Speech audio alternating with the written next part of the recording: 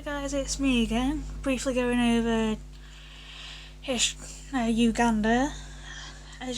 Uganda was first explored in 1875 by Henry Stanley, and at the time Uganda was divided into two kingdoms, but shortly after the first missionaries arrived in Uganda, at first Anglican missionaries arrived in 1877, and then Roman Catholic in 1879, as the Catholics, Protestants and Muslims tried to convert the Ugandans, but there was hostility to the new religions, and in 1885 James Hannington, the first bishop of Eastern Equatorial Africa, was murdered, unfortunately. But in the wake of the missionaries,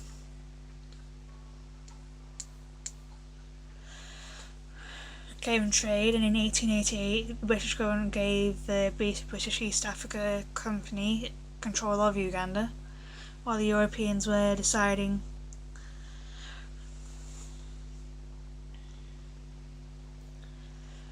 what was going to happen, as in 1819 Germany and Britain signed an agreement confirming that Uganda was a British sphere of influence, and the company took control of Uganda, and the local chiefs were reduced to being puppet rulers.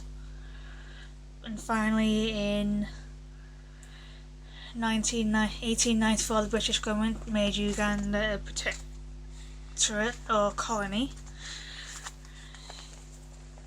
However, the traditional chiefs were kept as puppets, and in 1904 cotton was introduced to Uganda, and by 1914 huge amounts of cotton were being exported,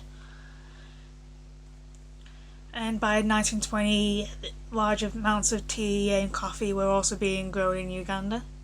While the missionaries provided schools for Ugandans and literacy became increasingly common, in 1920 executive and legislative councils formed in Uganda, and the country continued to develop. In 1929 railway joined Tororo and Soroti, and during World War II Uganda exported wood for the war effort. However, the Ugandans were becoming resistant as riots took place in 1945 and 49.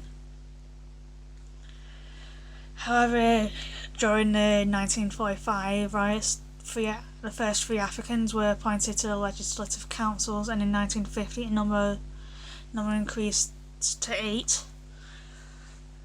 As after World War II, Governor Sir John Hall from 1944 to 1951 promoted mining in Uganda, and in 1954 a hydroelectric plant was opened in the Owen Falls of the Nile. Meanwhile, coffee and cotton exports boomed, as a census in 1948 showed that there were almost 5 million Ugandans, as almost 37,000 Asians and less than 3,500 Europeans.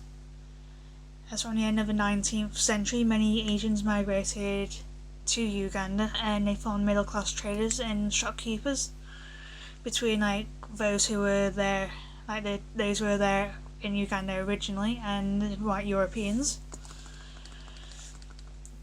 A wind of change was blowing through Europe, and in the early 1960s Uganda became independent from Britain on the 9th of October 1962, and the first constitution was federalised. The first president of Uganda, Mutesa, King of Buganda, and the first Prime Minister was Milton Obote. However, Milton Obote had no intention of sharing power with the president, and in 1966 he staged a coup and the president fled abroad as Obote became a dictatorship. But in January 1971, Obote was in Singapore attending a meeting when Idi Amin staged a coup, as it was something else during those dictators of the 20th century. as the number of people he murdered was said to be at least 100,000, possibly much more, as apart from the Ugandans were shot, tortured and death or bludgeoned with sledgehammers or iron bars. And it's like you may all have heard of it, as he wanted to help himself to the wealth of the Asians within the country, as there are 70,000 Asians in Uganda.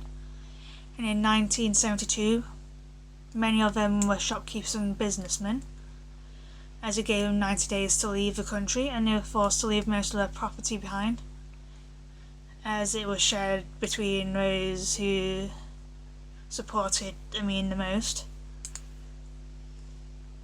But as a result of the loss of the Asians and many other professional Ugandans, the economy collapsed as the infrastructure such as roads and water supply deteriorated.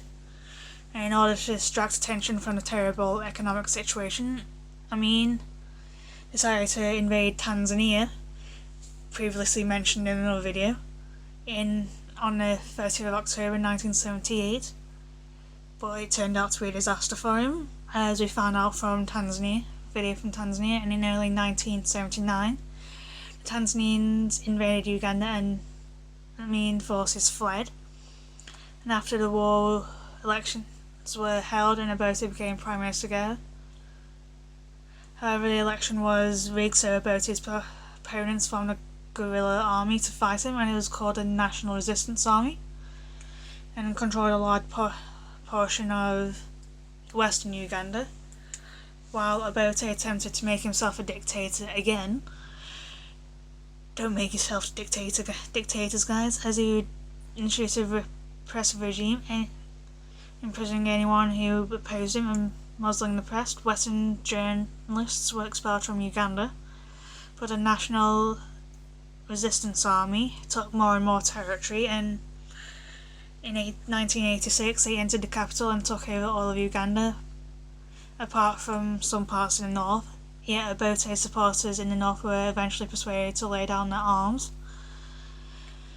and with the return of economic growth began political stability, the economy began to grow again.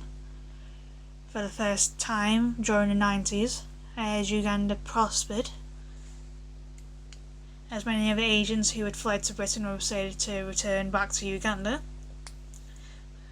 However, it wasn't until 2005 that Yoweri Museveni, the new president, let me rephrase that. In 2005, Yoweri Museveni refused to allow political parties. As today, Uganda is still mainly an agricultural country, with the main export being coffee. Yet the economy is still growing steadily. Yeah, the population is about 39 million. So yeah, moving on to languages. The official languages are Swahili and English, which I have covered many times previously. But there's also Uganda, as it has more than 4 million speakers and non-native speakers in Uganda, as a language falls in the Greater Niger-Congo language family, and it's primarily spoken in the Buganda region, which sits in central Uganda, which includes the capital of Kampala. And after independence, Luganda was the most extensively used language, but other ethnic groups were opposed to it being given official status, while the Baganda were concerned with other people's grammar errors coupled with mispronunciation would ruin the language. Luganda was used as an official language in the instruction of Eastern Uganda's primary schools until the 60s.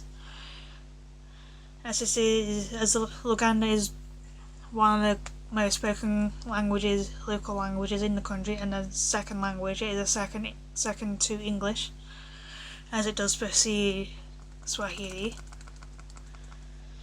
As Uganda while Uganda is home to numerous other languages, other Bantu communities, apart from the Baganda, as there is in Nyoro, as used by the Banyoro,